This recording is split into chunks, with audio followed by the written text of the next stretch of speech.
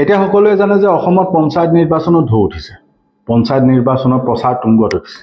এতিয়া পঞ্চায়ত নিৰ্বাচনৰ প্ৰচাৰ এইটো দেখা গৈছে যে কংগ্ৰেছ হওক বা বিজেপি হওক তেওঁলোকে মুখৰ চুপতি মাৰিছে, ৰাইজৰ দল হওক মুখৰ চুপতি মাৰিছে যে ইজন প্ৰাৰ্থীয়ে সিজন প্ৰাৰ্থীক আক্ৰমণ কৰিছে, ইজন নেতাই সিজন নেতাক আক্ৰমণ কৰিছে।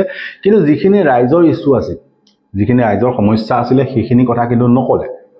এতিয়া নোকোৱাৰ পাছত পঞ্চায়তৰ যিহেতু নিৰ্বাচন আছে, আমি এটা এটাকে ইছ্যুসমূহ ৰাইজৰ সন্মুখত তুলি ধৰিব বিচাৰিম যে কিছু ইছ্যু আছে যিখিনি ৰাইজে কিছু বিষয় আছে যিখিনি ৰাইজে দৃষ্টি দিয়া বা ৰাইজে আলোচনা কৰা বা ৰাইজে কথাখিনি ভাবি চোৱাৰ প্ৰয়োজন আছে। এতিয়া আমি এটা এটাকে ইছ্যুসমূহ দিব বিচাৰিছোঁ। আজি প্ৰথমটো ইছ্যু আমি ৰাজহুৱা কৰিব বিচাৰিছোঁ।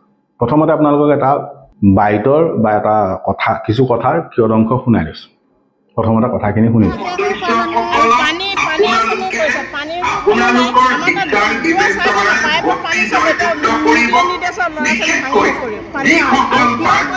এতিয়া এই বিশেষ কথাখিনি কৈছে এগৰাকী বিশেষ মহিলাগৰাকী উপস্থিত আছে বিজেপিৰ নিৰ্বাচনী সভা। বিজেপিৰ পঞ্চায়তৰ নিৰ্বাচনী সভা এখনত উপস্থিত থাকি মহিলাগৰাকীয়ে বিজেপিৰ বিৰুদ্ধে খুব উজাৰিছে। ইতিমধ্যে সেই কথাটোক লৈ বিজেপিৰ বৰঘৰত জুয়ো লাগিছে। সেই মহিলাগৰাকী ঘৰলৈ বিজেপি নেতাৰ সোঁত বৈছে। লখিমপুৰৰ সেই বিশেষ নিৰ্বাচনী সভাখনত বহি লৈ মুখ্যমন্ত্ৰীয়ে ভাষণ দি থাকোঁতেও চৰকাৰৰ বিৰুদ্ধে খুব উজাৰিছিল এগৰাকী মহিলাই। এতিয়া মহিলাগৰাকীৰ কথাখিনিৰ পৰা আমি এই কথাখিনি তুলি ধৰিছোঁ। কথাখিনি আপোনালোকে শুনিলে। এইখিনি অনুসৰি টেপটো বা পাইপডাল ঠিকে আছে, কিন্তু পানী নাই। এতিয়া সেই বিশেষ ঢাক ঢোল কোবোৱা আঁচনিখনৰ নাম হ'ল জল জীৱন। অসমত খুব ঢোল কোবাই থকা এখন আঁচনি হ'ল জল জীৱন।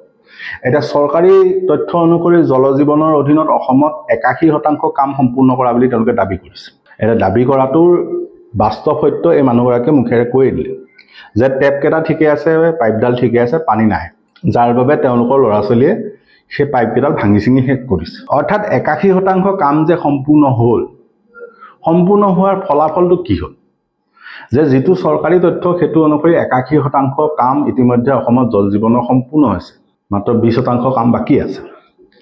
আৰু অসম চৰকাৰৰ তথ্য অনুসৰি প্ৰায় ৫৮ লাখৰ অধিক পানী যোগানৰ সংযোগ তেওঁলোকে জল জীৱনৰ অধীনত দিছে। অৰ্থাৎ জল জীৱনৰ অধীনত ৫৮ লাখৰ অধিক পানীৰ সংযোগ হৈছে। এতিয়া পানীৰ সংযোগ হ'লেই হ'ব নেকি?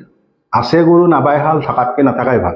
কথাটো তেনেকুৱা হৈছে যে পানী যোগান ঠিকেই হৈছে, কিন্তু তাত পানী নাহে, পানীৰ যোগান নহয়। পাইপডাল ঠিকে আছে, পানী নাহে। অৰ্থাৎ আছে গৰু নাবাই হাল, থকাতকৈ নথকাই ভাল। এতিয়া সেই ক্ষেত্ৰত অসম চৰকাৰে এটা নিৰ্দেশ দিছে। আপোনালোকক মনত পেলাই দিছোঁ যে সেই ক্ষেত্ৰত জল জীৱনৰ ক্ষেত্ৰত অসম চৰকাৰৰ এটা নিৰ্দেশ আছে। এতিয়া সেই নিৰ্দেশ অনুসৰি যিখন IIT মাদ্ৰাছ আছে, Indian institute of technology Madras যিখন আছে, তেওঁলোকক এটা অডিট কৰিবলৈ দিছে। IIT মাদ্ৰাছৰ যিটো আৰবানাইজেশ্যন যিটো বিভাগ আছে, অসমত হোৱা জল জীৱন মিছনৰ কামৰ সন্দৰ্ভত অডিট কৰিবলৈ দিছে। এতিয়া অডিট কৰাৰ পাছত তেওঁলোকে প্ৰতিবেদনটো ইতিমধ্যে চৰকাৰক জমা দিছে। এতিয়া আমাৰ প্ৰশ্ন হ'ল যে চৰকাৰে সেই প্ৰতিবেদন কিয় ৰাজহুৱা নকৰে? যে অসম চৰকাৰে নিৰ্দেশ দিছিল, অসম চৰকাৰে সেইটো ইনিচিয়েটিভ আছিল বা সেইটো পদক্ষেপ আছিল যে অসমত কিমান জল জীৱন মিছনৰ কাম হ'ল, কিমানখিনি সম্পূৰ্ণ হ'ল, সেই কথাটো চালি জাৰি চাবৰ কাৰণে তেওঁলোকে IIT মাদ্ৰাছৰ আৰবানাইজেশ্যন বিভাগক দায়িত্ব দিছিল। তেওঁলোকে প্ৰতিবেদনো প্ৰস্তুত কৰিলে, অসমত ভ্ৰমণ কৰি প্ৰতিবেদন প্ৰস্তুত কৰিলে। কৰাৰ পাছত সেই প্ৰতিবেদন চৰকাৰক জমা দিলে। জমা দিয়াৰ পাছত চৰকাৰে সেই প্ৰতিবেদন কিয় ৰাজহুৱা নকৰে? চৰকাৰে প্ৰতিবেদনটো ৰাজহুৱা কৰিবলৈ কিয় ভয় খাইছে? যে তেওঁলোকৰ মতে কামখিনি হৈ গ'ল। যদি হৈ গ'ল, অল ইজ ৱেল, তেতিয়াহ'লে প্ৰতিবেদনটো কিয় ৰাজহুৱা নকৰে? কাৰণ এইটো কথা অকল এগৰাকী মানুহ নহয়, অসমৰ শদিয়াৰ পৰা ধুবুৰীলৈকে সকলোৱে অভিযোগ কৰিছে যে অসমৰ জল জীৱনত জিলাই জিলাই দুৰ্নীতি হৈছে। জল জীৱনৰ অধীনত পানী পোৱা নাই মানুহে, জল জীৱন আঁচনিৰ নামত দুৰ্নীতি হৈছে। এতিয়া সেই দুৰ্নীতিৰ অভিযোগৰ পাছত যিহেতু অডিট হৈছিল, যদি অডিট হৈছে, অডিটত যদি চৰকাৰ ঠিকে আছে, তেতিয়া প্ৰতিবেদন ৰাজহুৱা কৰক। তেতিয়া দুধ কা দুধ পানী কা পানী হৈ যাব। চৰকাৰে যদি দুৰ্নীতি কৰা নাই তেতিয়া স্পষ্ট হৈ যাব। কিন্তু চৰকাৰে প্ৰতিবেদনটো কিয় ৰাজহুৱা নকৰে? এটা কথা হ'ল পঞ্চায়ত নিৰ্বাচন মানে কি?